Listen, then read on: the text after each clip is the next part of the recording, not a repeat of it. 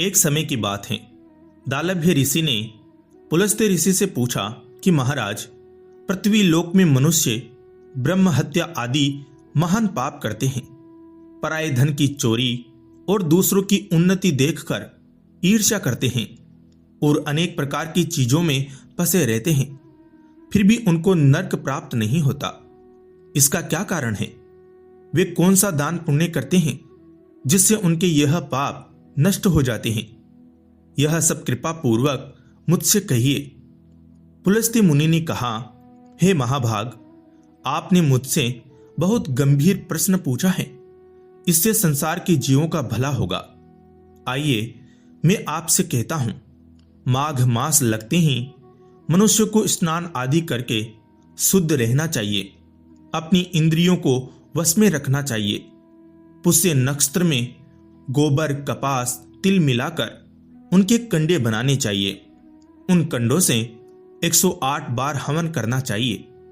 उस दिन मूल नक्षत्र या एकादशी हो तो अच्छे पुण्य वाले काम करने चाहिए। स्नान आदि नित्य क्रिया से निवृत्त होकर देवताओं के समक्ष पूजन करे, एकादशी का व्रत करे और रात्रि जागरण करे। उसके दूसरे दिन धूप, दीप, नैवेद्य आदि से भगवान का पूजन करके खिचड़ी का भोग लगाना चाहिए। उसके बाद फेटा, नारियल, सीताफल, सुपारी का अर्घ देकर स्तुति करनी चाहिए। एक ब्राह्मणी थी। यद्यपि वह बहुत बुद्धिमान थी, लेकिन उसने कभी देवताओं या ब्राह्मणों के निमित्त अन्न या धन का दान नहीं किया था। ब्राह्मणी ने व्रत आदि करके अपने शरीर को तो शुद्ध कर लिया था, जिससे इसे विष्णु लोक मिल ही जाएगा, लेकिन इसने कभी अन्न का या धन का दान नहीं किया है, इसलिए इसकी तृप्ति होना कठिन है। और फिर एक बार भगवान भिखारी के भेष में मृत्यु लोक में उस ब्राह्मणी के पास गए और उससे भिक्षा मांगी। वह ब्राह्मणी बोली, महाराज, आप यहां किस लिए आए हो?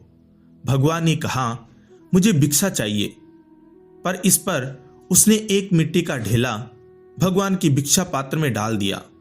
उसे लेकर वह स्वर्ग में लौट आए। कुछ समय बाद ब्राह्मणी भी शरीर का त्याग करके स्वर्ग में आ गई।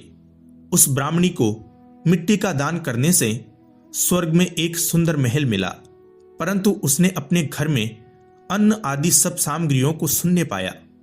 अपने इतने सुंदर महल को खाली देखकर वह घबराकर भगवान के पास आकर कहने लगी, भगवान, मैंने तो अनेक प्रकार के व्रत आदि और पूजा करके आपको प्रसन्न किया, पर मेरा घर खाली क्यों है? इसका क्या कारण है? इस पर भगवान ने कहा, पहले तुम अपने घर जाओ, देव स्त्रियां वहां तुम्हें देखने आएंगी। उससे पहले सटतिला एकादशी का पुण्य और विधि सुनो, तभी द्वार खोलना। ऐसा वचन सुनकर वह अपने घर गई। जब देव स्त्रियां आई और द्वार खोलने को कहने लगी, तो ब्राह्मणी ने कहा, आप मुझे देखने आई हैं तो पहले सटतिला एकादशी का महात्म्य मुझसे कहो। उनमें से एक देव स्त्री ने उसे सटतिला एकादशी का महात्म्य सुनाया और उसने उसको सुनकर ही द्वार खोला। उसके बाद देवांगनाओं ने उनको देखा कि ना तो वह गंधर्वी हैं और ना आसुरी, वह तो एक साधारण मनुष्य हैं। उस ब्राह्मणी ने उनके कथा अनुसार सटतिला एकादशी का व्रत किया।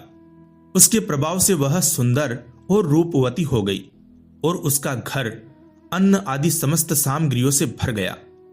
अतः मनुष्य को मूर्खता त्याग कर सटतिला एकादशी का व्रत करना चाहिए और लोभ ना करके तिल आदि का दान करना चाहिए।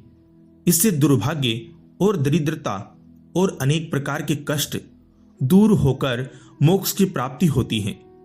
तो यह थी सटतिला एकादशी की व्रत कथा। आपको यह कथा कैसी लगी कमेंट करके जरूर बताएं। वीडियो को लाइक करें और चैनल को जरूर सब्सक्राइब करें। धन्यवाद।